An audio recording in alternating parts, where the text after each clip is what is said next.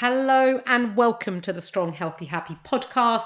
Today is my community check-in for my group coaching clients. We are now at the end of week 3, and during this recording on this podcast, I respond to their weekly check-ins where they fill out a form and I get an idea of how their week has been, where they're doing really well, celebrating wins, and then helping and supporting with challenges and answering any questions.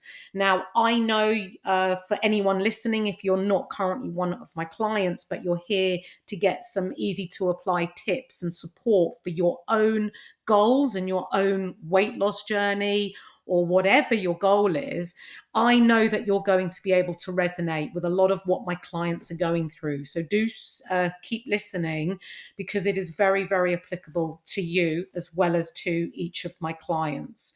Now, I'm going to start off with celebrating the wins, because it's really important to recognize what you do well and to not focus on all the things that you didn't do well and forget about the very things that you did do well, because each small win, they may not feel like much individually, but when you put them all together, they do compound and they do contribute to your goal. So always stop and take a moment to think about what you've done well, no matter how small. Now, I'm going to start off with a really, really positive collection of wins for Ellie, and I'm going to break it down because there are so many, and I want to talk about each of those wins and why and how they're going to support Ellie in her goal of weight loss. Now, it has been in the UK a bank holiday weekend, and she has had family over bank holiday weekend, and she made sure that she picked her indulgences. She knew she'd probably drink on both of the evenings that she went out, so she didn't drink on Friday when she usually would have a drink from at home. Now, I'm going to just start with these wins, because what she's done here is that she's thought about the weekend in advance. She's planned it. And the way I know that she's planned it, even though she may not have said it, is because she recognized that she had 2 meals out and ahead of time chose not to drink on the Friday.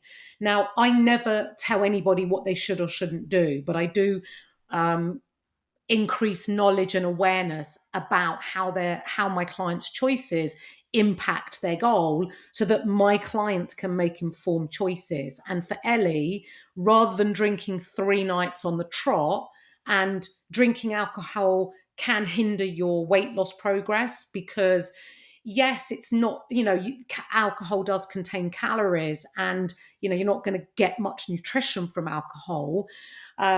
And it's not necessarily just the alcohol per se that hinders weight loss. It's the actions that we can sometimes take after drinking alcohol.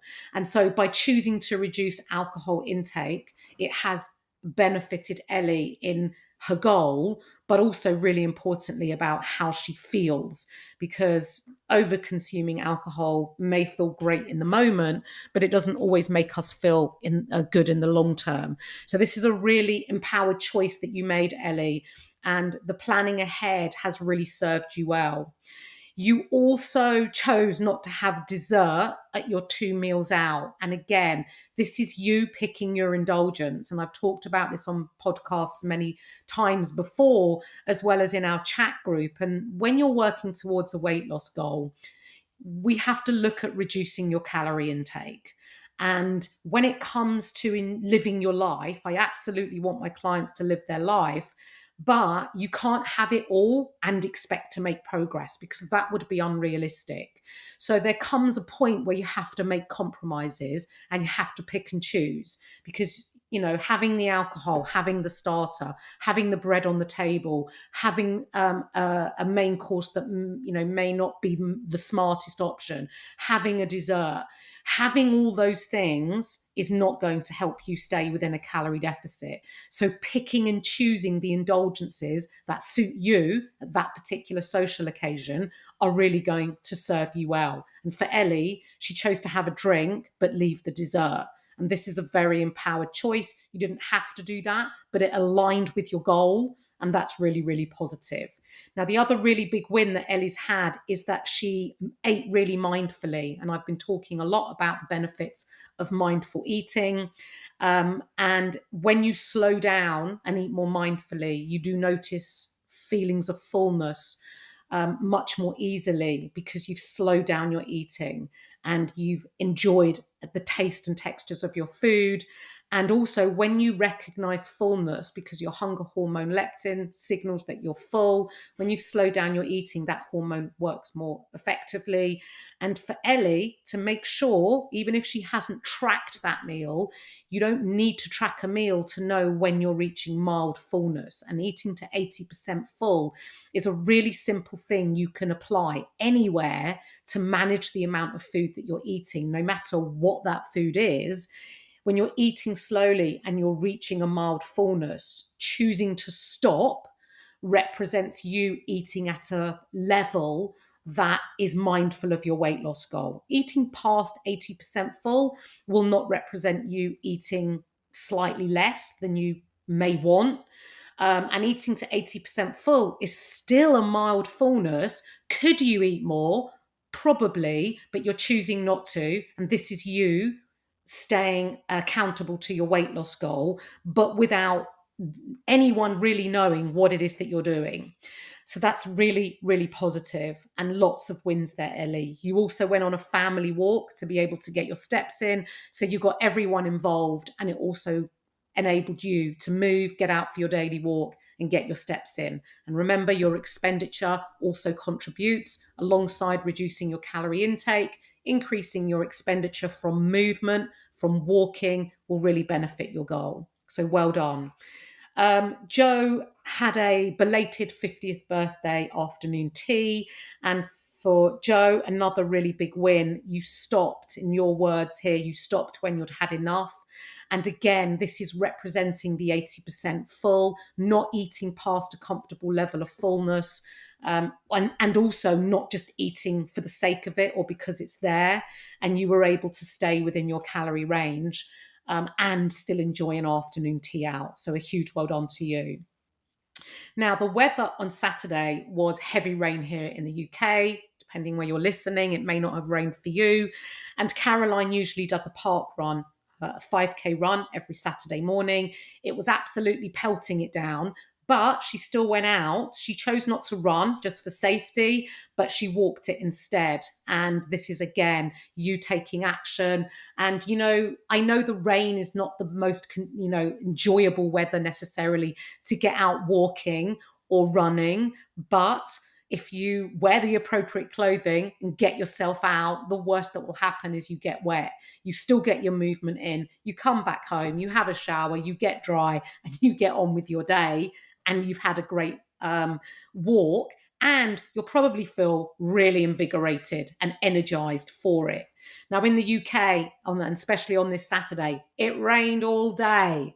So sometimes waiting for it to pass can see a whole day go past. So sometimes you just have to seize the moment and you have to put on a baseball cap, protect your head, put on a waterproof and get yourself out there. So well done to you. Rachel was out. She's been very sociable. She's had some days out, but she chose to take her food with her for her day out rather than being at the mercy of some of the food outlets, which sometimes or often tend to be sort of your more faster food choices.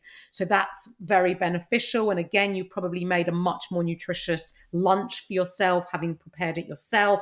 And you also reduced your alcohol and reduce the amount of drinks you had when you went out. You also chose to have low calorie mixer with your gin, and also really positive because you're making a choice.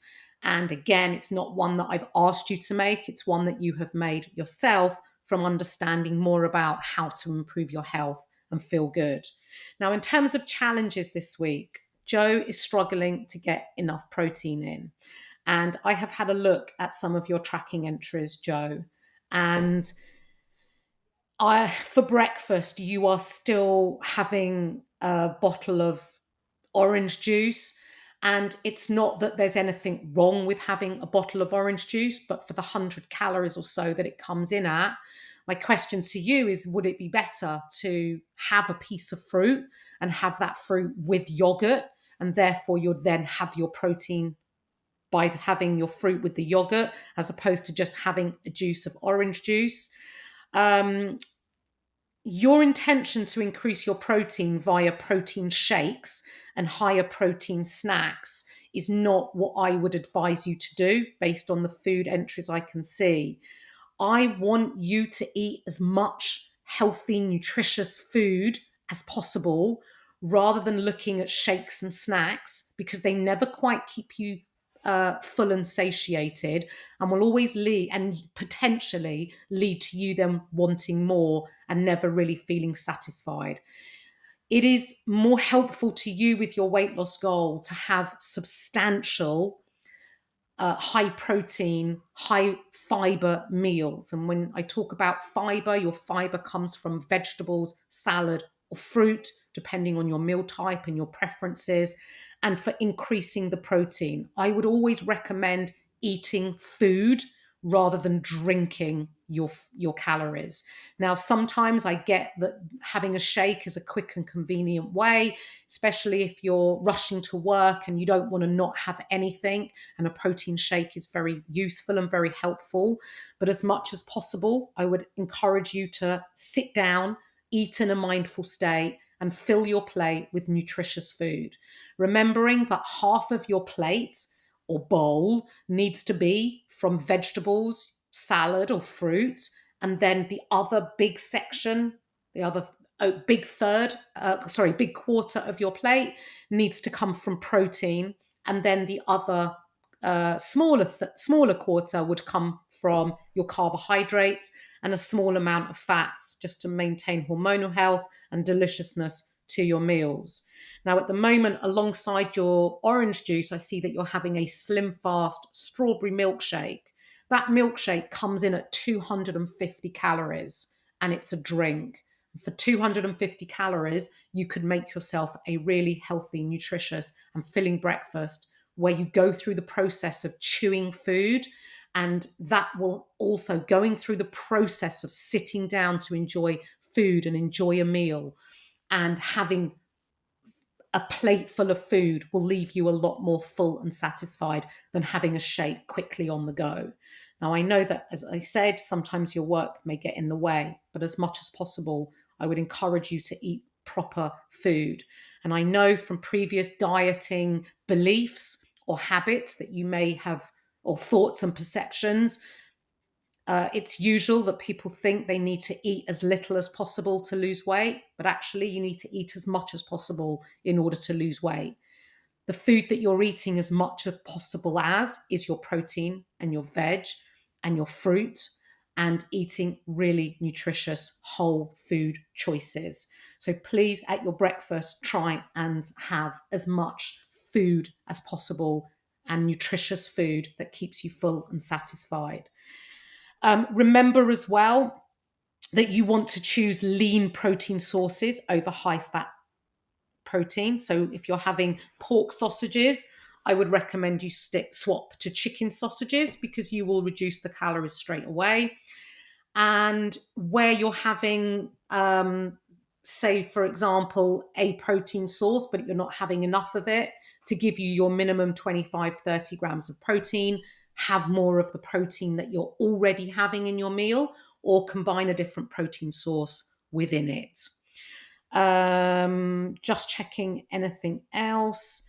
Okay, so that I think has covered protein. But remember, protein is so important for your health. And also, when it comes to weight loss, protein keeps you fuller for longer. And when you're eating a diet high in protein, you will burn more calories digesting and breaking down that protein, which is why eating real food is going to help you and support you in your weight loss goal. And we need protein to maintain our muscle tissue and repair our muscle tissue, and muscle equals health. We need our muscle tissue. And I'm going to come on and talk more about muscle later on in this response.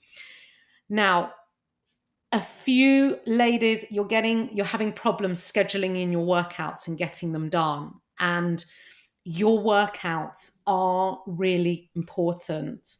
And I know that, again, through perhaps past beliefs, many of us think that we need to do the form of exercise that burns the most calories when it comes to weight loss, but it doesn't work. Theoretically, yes, you are expending calories from doing running or HIIT or whatever form of exercise you're choosing to do instead of strength training. Now, please know that your activity watch that you are wearing is not an accurate measure of the calories expended. I would take it with a pinch of salt. I wouldn't actually pay any attention to the calories expended. Your activity watch is best used to manage and count your steps, but it's not very reliable in looking at your calorie expenditure. Now, the problem with exercise that has a high calorie expenditure, or that leaves you feeling out of breath and breathing heavily and sweating, is we often feel like we're doing more benefit, but that isn't necessarily always the case. And with exercise that may burn off a lot of calories, remember, alongside that, potentially it can also increase your hunger as a result, and it's not very difficult to eat back the calories that you've expended. So it doesn't really work in the long term.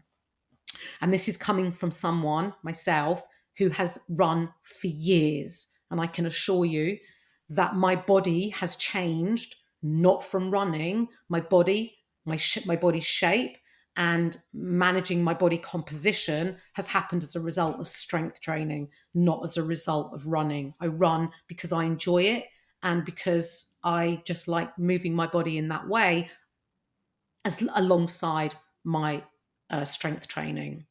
Now, if you're putting off your strength training, or you're not confident to go in a gym environment, I would always get help from the gym, and I would book in yourself an induction or book a PT session. And don't be afraid to ask for help when you're in there. I know that some of the people in the gym may appear scary to you, but actually they're the most friendliest and helpful people. And I know when I'm in the gym, if I see someone unsure of something, I always give a smile and welcome people into the gym so that they feel comfortable to ask for help if needed. And I know that a lot of the, especially in the free weights area, the people using the free weights, they may look big and scary, but actually they are the most friendliest, helpful people that can help you if you're struggling with setting up a piece of equipment or unsure of something. But of course, you can book in with an instructor and get an induction or some help. Now, if you're putting off strength training because you don't perceive it to be effective in your weight loss goal, or that you don't burn enough calories, I want to remind you of the benefits of strength training for health as well as for weight loss. Now, when you're losing weight, it is really important that you are losing body fat and that you preserve as much muscle tissue as possible. You do not want to lose muscle. You want to lose body fat. And in order to preserve your muscle tissue, alongside eating a diet high in protein, you need to stimulate your muscles via resistance exercise. And that will help you preserve as much muscle tissue. Muscle is also metabolically active. And what that means is that you will burn more calories at rest from having muscle than if you had more fat, for example. Muscle is metabolically active. The more muscle you have, the more calories you burn doing nothing. So does it make sense to stimulate your muscle tissue? At the very minimum, maintain the muscle you have, ideally build muscle. Absolutely. Muscle will also increase your body, will improve your body composition. What is body composition? Body composition is how your body is made up. And if we look at body fat and muscle, you want to reduce body fat and increase muscle tissue, and that will give you a more toned look. And that is a body composition. If you lose body fat without doing strength training, you will just be a smaller version of your former self. As opposed to including strength training, and as you lose body fat, you will look a leaner, stronger, and more toned version of your former self. So there is a big difference. Um, Strength training will also increase your insulin sensitivity, which in really simple terms means that in insulin sensitivity allows your body to use food for energy more efficiently, and not store as excess energy, and therefore will help you prevent weight gain and support weight loss. So there are so many reasons why you should be doing strength training. And let's not forget, strength training increases your mental well-being, your feeling of just empowerment and strength and enjoyment and mental resilience. And I understand that it can feel overwhelming to go into a gym environment or do a form of exercise, even if it's from home, that you feel unfamiliar with. But the only way you're going to get good at something is to keep doing it and to practice it. So please don't give up. Definitely get yourself into the gym. Okay, Caroline, you're suffering with a back/hip injury at the moment. You think it could be from the abductor machine. It may very well be. Leave that machine off for now. And I would encourage you to do the strengthening home exercises focused on your hip that I've put into the coaching app for you to do, as long as nothing is causing you any discomfort. I would recommend that if it doesn't get any better, that you do seek the advice of a physio, and I can recommend you if needed. I know that you are local to me, and so I can recommend a physio, but resting doesn't necessarily mean that's the right thing to do. We need to keep those muscles stimulated and remind them they have a job to do. But it's important that you're doing the right type of exercise that doesn't cause you any pain or discomfort. And a physio is better qualified to advise you of that. Okay, another challenge that one of my clients has talked about. Obviously, as I said, we've had a bank holiday weekend, but even if it's not a bank holiday, this client has said how easy it is to go off track at the weekend. And I want to remind you that there is no track. I know we use this language loosely. You know, I'm off track, on track, off the wagon, fallen off the wagon, on the wagon. I've been good, I've been bad, etc. And there is no track. The track that you're on is you just living your life. And sometimes your adherence is more in line with your goals, and sometimes it might be less so. You are human. We have certain behaviors and habits and ways of doing things. And increasing your awareness and understanding your reasons why and how to set yourself up the very best you can on a weekend so that you minimize the potential risk of you coming away from the very things you need to be doing to support your goal. Now, the weekends, if you start your weekend on a Friday or perhaps even a Thursday night, that can make up half of your week. And if you're only adherent for half of your week and not for the other half, all the work and the effort you put in on the half you're being more adherent and doing everything you need to do can get ruined from you not adhering as much over the weekend. So you setting yourself up the very best you can is really important. And the way that you would do that is to plan ahead. Look at how your weekend looks. How does Saturday look different to Sunday? Are you in? Are you out? What meals can you plan? What activities are you doing? How can you best support yourself and not wing it? Because winging it leaves too much margin of error, makes things very difficult for you to make the choices to support your goal. So I would always recommend having a plan and scheduling your exercise and your time for your walks, for doing some meal prep or any of the things that you need to do to support your goal. Now, for Caroline, she went out for a couple of meals on the weekend and they weren't planned. And then she had a meal. She had friends and family over for a meal. Now, it's really important to enjoy your social life. You can absolutely progress towards your goal and enjoy a social life. And I wouldn't want any of my clients or anyone listening to this podcast to not have a social life and say no to things because you want to lose weight. You can do both. You will have to make compromises. You will have to pick your indulgences. And Caroline did this really well because she had a request from her friend to make her special dessert. And she had a small slice, but she also had fruit alongside it, which increases the volume of that dessert rather than just having a slice of dessert. She had a small slice of dessert with lots of fruit, and any leftover cake and goodies that she had, she sent them away with family and put a batch in the freezer for her partner in single servings so he could easily get them out for desserts. And this is really, really positive and a great thing to do, and enables you to manage your relationship around that food by having it, enjoying it, but not overindulging on it. So well done. Okay, let me just check. There's no more challenges just to go through. I think that's it. I think I've covered the strength training. Okay, let's talk about scale weight and the importance of taking regular scale weight, because one of my clients has not weighed consistently this week, and she's had a big gap between one weigh-in and another. And even though she's been really adherent, and even though she's made compromises, choices, and picked her indulgences, her scale weight has spiked up at her most recent weigh-in. Now, when you're weighing in infrequently, you are not using scale weight as it's supposed to be used. And scale weight is best used by taking it regularly. And by taking it regularly, ideally every day, or at the very minimum, 4 to 5 times a week, so you're getting regular scale weights. Your scale weight measures your total body weight. It doesn't just measure body fat. So when your scale weight fluctuates, it could be water weight.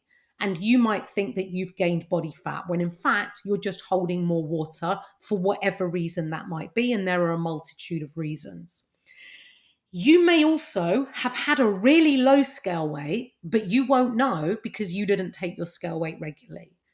And you might have missed out on that really encouraging piece of information and data that would reassure you that what you are doing is working. And too often we see a random scale weight, think that what we're doing isn't working, and throw the towel in. And then it really sets you back from where you want to be, when in fact you could be making progress, but the scales just fluctuated on that one scale weight.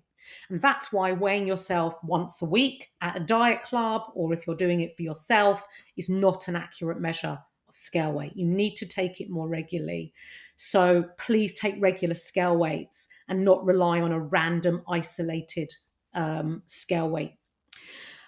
For this client, it hasn't thrown her off track, which is a great thing. Obviously, she has my support and reassurance through the group coaching process, and she knows that she has done everything that she's needed to do to support her weight loss goal. And now all you need to do is carry on as usual, and the scale weight will come down again, and just to start taking regular scale weights.